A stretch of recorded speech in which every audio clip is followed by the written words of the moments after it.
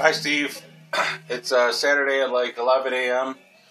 We're just starting to brew. Jeremy's not even here yet, but I'm going to show you just a couple quick things. This is just a big pot, and it's got a valve on it. It's a 9-gallon pot, and we're just starting to boil some water. And the only reason we have such a big thing is because we're brewing like 15 gallons today. When you start out, you brew like 5 gallons, and you don't need this. You can do this in your biggest pot. If you have one like this size here, I don't know what that is. Like, even if you have like a 2.5 or 3 gallon pot, you can start making beer as long as you got a big pot. And you definitely don't need this valve on there. It just makes it easier for us to drain it right out to the bucket. But anyway, so that's all you need to get started. Boil some water, and I'm going to be bringing it up to about 170. So that's the first step. I'll be taping some more all day. Okay, Steve. So we're up to temperature now. We're a little over temperature, but what we're going to do is we're going to take. This is Jeremy's. Hi, Jeremy. This is Jeremy's brown ale that we're going to make, a creme brulee brown ale, and we have this fancy cooler thing because we make bigger batches and we want to control some of the aspects, but you could do all this in the pot. You put these greens in a little bag and you put them in the pot, and there's even extract you can use. It could be a lot easier. But anyway, we're going to take these greens, put them in here, then add the hot water into there, and then we let it sit like an hour. If you're doing this in the pot, you could do it in like 20 minutes or a half hour. So we're going to do that now. Alright, Steve, we're getting ready to do the process that's known as mashing the grains. Again, this is something you could do in your pot, and we'll give you more instructions on that. But for now, we're going to start adding these grains in, at the same time adding this at temp water. The temperature for us is like 168, 170. I can open it. You got that? Yeah. Alright. This is various malted barleys. It's just barley that they sprouted and then stopped it from sprouting, dried it, and sometimes even roasted it a bit. Some are roasted more than others. Some are roasted with steam. Some are roasted dry. All give them different characters of flavors and mouthfeel and all that kind of stuff. But this is it. We put it in here with the hot water. Again, you could do this in a big tea bag. It's called a muslin bag in your pot. We do this because we do big batches and we want to control a couple other things. It's not critical. Occasionally you'll see us make one with a muslin bag in the pot. We've done it like 3-4 times already. So, yeah. So we're just going to slowly make sure that there's no dry spots, which if you're doing this in a bag, in the pot, you don't have to do all this. It's, if it's fully immersed in a boiling pot, it's going to... it's going to be wet, man. It's going to get wet. So here we're just trying to make sure we get every bit of it very wet. No dry spots, no clumps. Drop of water.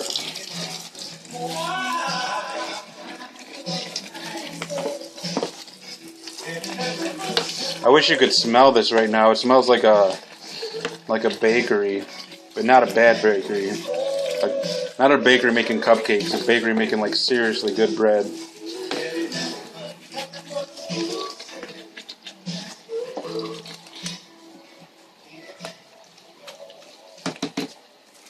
I want to take a bath in this stuff. That would be awesome for your skin. So what's happening is, so these are starches, as I'm sure you know, and starches need to be converted to sugars.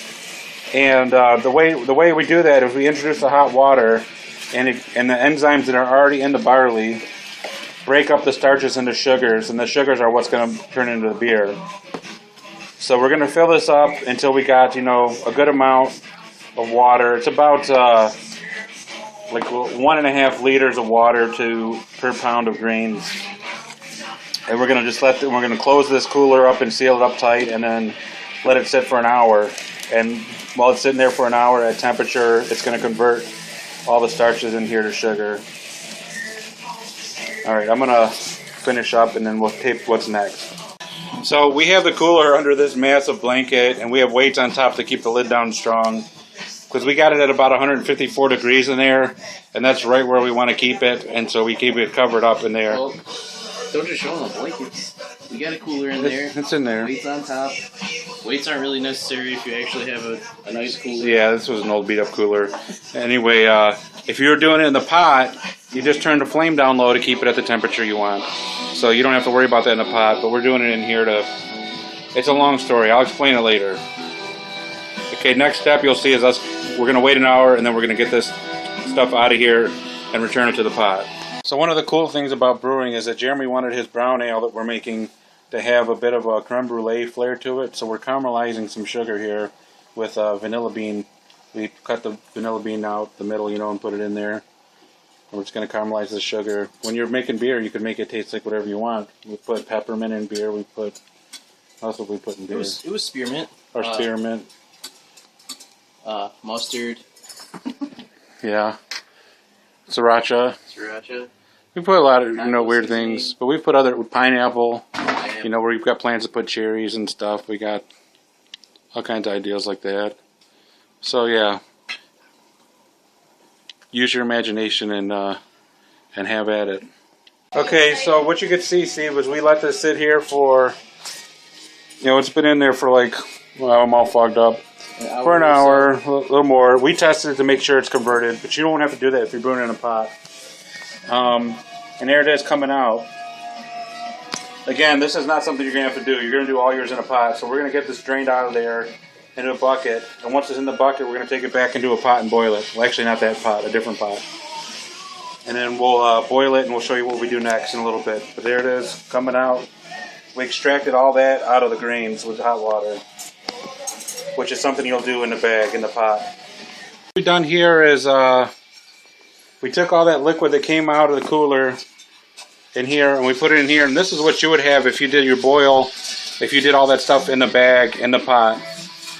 So that's what we have here. That's our beer to be. It's called wort at this point, W-O-R-T. And now we got to boil it for an hour and add hops. It's not, in that whole process it cooled off to like 130. Going to bring it up to 212, add hops, and boil it for an hour. And I'll tape again when we do that. That, my friend, is hops. This is a legal bag. Pelleted hops. Yep. It's 1 ounce. We're going to add about 3/4 of that in. Alright. And this is fun to watch. It was just boiling a second ago, but we took the lid off and it stopped. Well, you can see it's starting to boil a little bit again. But it's up to temp. It's 212. It's 210 or so.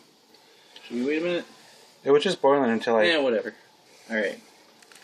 So you just add those in. A little more than 3/4. There, now it's boiling. Whatever. And now 1/4 of this. Got a recipe for a few different hop additions. That's a different kind of hop. They all look the same, but they taste a little different.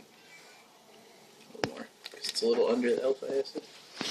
So what you do is you add hops. You could add them at the beginning and at the end, or both. And the ones that you add at the beginning, they add bitterness. Bitterness counteracts sweetness because you just took all the sugars out of those grains. So this in the pot is very sweet. The hops are going to add bitterness to counteract the sweetness, so you don't have this ridiculously sweet beverage. And so then we're going to add a little bit more hops. We're going to boil it for an hour. After 45 minutes, we'll add a little bit more hops, and those are going to add more of an aroma, of the hoppy aroma, and they won't, without boiling for at least 45 minutes or so, they won't add any bitterness.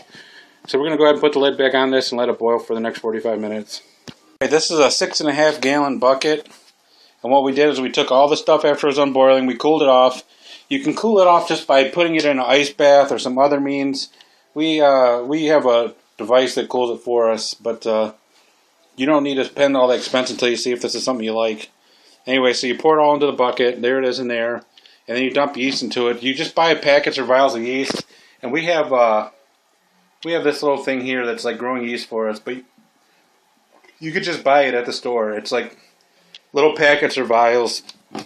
So once you have it around 80 degrees, cooled off after the boil, you dump that with the yeast in. You put the lid on and put the yeast lid on tight. And you put this little airlock on there. These are like $2. And then that's it. The yeast are going to start making alcohol and burping out carbon dioxide, just like that. And you let it sit in this bucket for about 2 weeks. Then after 2 weeks, you just transfer it over into a glass jar. This is a 10-gallon one, but you would want like a 5-gallon one. Just a little glass jar like this, and you put the airlock on the top, and you let it sit in that for a couple weeks, and then you put it up in the bottles like this, and that's it. It's all set to go. All right, let me know if you have any questions.